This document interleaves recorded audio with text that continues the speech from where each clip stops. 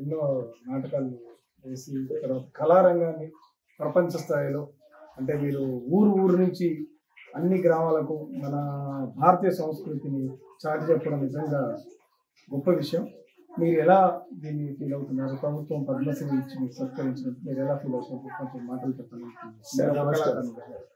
అయితే మనం సాంప్రదాయకంగా చిందు యక్షగాన కళారూపం, ఈ చిందు యక్షగాన కళారూపంలో గ్రామీణ పల్లె ప్రాంతాలలో ఎక్కువ శాతం మాదిగల దగ్గర అక్కుబుక్కగా ఆడుకొని గ్రామాలలో రచ్చబండల వద్ద, బొడ్రాయిల వద్ద, చింత చెట్ల నీడల కింద, ఆ తర్వాత కూడలి వీధుల వద్ద, బొడ్రాయిల ముందు, దేశముఖుల గడిల ముందు మేము రామాయణం మహాభారతం వంటి యక్షగాన ప్రదర్శనలు, రామాయణం కానీ మహాభారతం కానీ శివపురాణం కానీ భాగవతంలో కానీ ఇటువంటి ప్రదర్శనలు, వేలాదిగా ప్రదర్శనలు దాదాపు నేను 14 సంవత్సరాల వయసు నుంచే మా నాయనతోని తప్పుటాడుగులు వేస్తున్న రోజుల్లో కూడా నాయన పక్కకు తీసుకొని స్టేజ్ మీద తీసుకొని ఆడించిన రోజులు ఉన్నాయి.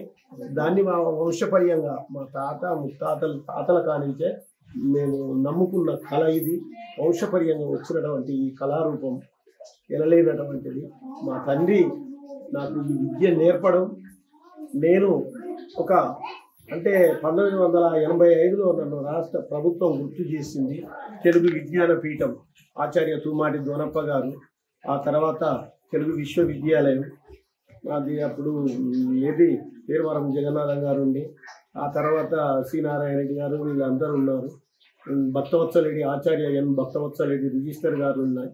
ఆ తర్వాత మనకు తెలంగాణ ప్రభుత్వం ఏర్పడక ముందే ఉమ్మడి రాష్ట్రంలోనే అనేకమైనటువంటి అవార్డులు మనం తీసుకోవడం జరిగింది. గవర్నర్ కృష్ణకాంత్ గారి చేతుల మీదుగా ప్రతిభ పురస్కారాన్ని పొట్టి శ్రీరాములు తెలుగు విశ్వవిద్యాలయం మనల్ని సత్కరించుకున్నది ప్రతిభ పురస్కారంతో. ఆ తర్వాత చంద్రబాబు నాయుడు గారితో, ఆ తర్వాత పద్మశ్రీ వచ్చినప్పుడు అది ఈరోజు పద్మశ్రీ రావడము అని అంటే మా జన్మ తరించిందండి.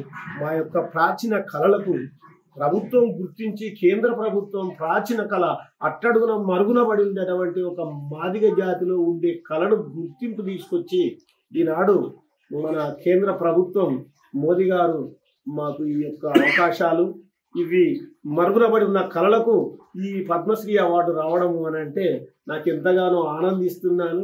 నేను కానీ, నా కుటుంబం కానీ, మరియు మా జాతి ప్రజలు కూడా, ప్రభుత్వాలు, అధికారులు కూడా ఎంతో నాకు ఈ జనగామ జిల్లాకు రావడం, మా ఊరు అప్రెడ్డిపల్లె, ఈ గ్రామంలో కూడా పండగ వాతావరణం గత అంటే 26 జనవరి నుంచి మొదలుకుంటే ఇప్పటి వరకు అంటే ఒక 3 వారాలకు గడుస్తుంది. ఇప్పుడు 4వ వారానికి వచ్చింది. నెల రోజుల నుంచి ఒక పండగ వాతావరణం కనిపిస్తుంది సార్ మా ఊళ్ళో.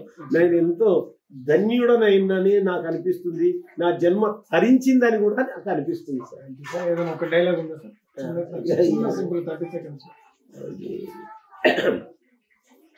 డైలాగ్ అంటే మస్తుగా ఉన్నాయి. చిన్న 30 సెకండ్స్ ఎక్కువ.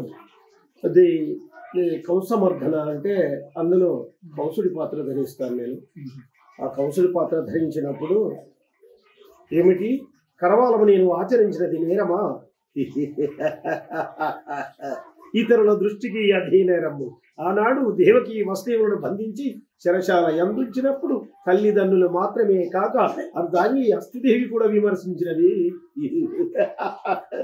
విమర్శించిన వారందరూ ఉమ్మగుడి యోసించి కథను ఇంతవరకు తీసుకుని వచ్చిరా కాక నారాయణుడే ప్రత్యక్షించి ఆడిన అంతరాత్మకమాయి. ఏది ఏమైనప్పటికీ మధ్య కరవాలములను బలరామకృష్ణులను బలియకుందున ఏదేని మాట తేడా వచ్చినా తల్లిదండ్రులనే కారాగారవమున బంధించినాడు ఈ కంసరాజేంద్రుడు.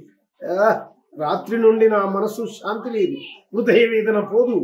ఎటు చూసినా ఏ వస్తువు చూసినా ఆ వెన్న దొంగే కనపడుతున్నాడు. క్షణక్షణములకు పీడకలను వచ్చి మనసులో మరింత రెచ్చుకొడుతున్నాయి. ఏరిరా దృష్టులు బలరామకృష్ణులు ఎక్కడరా?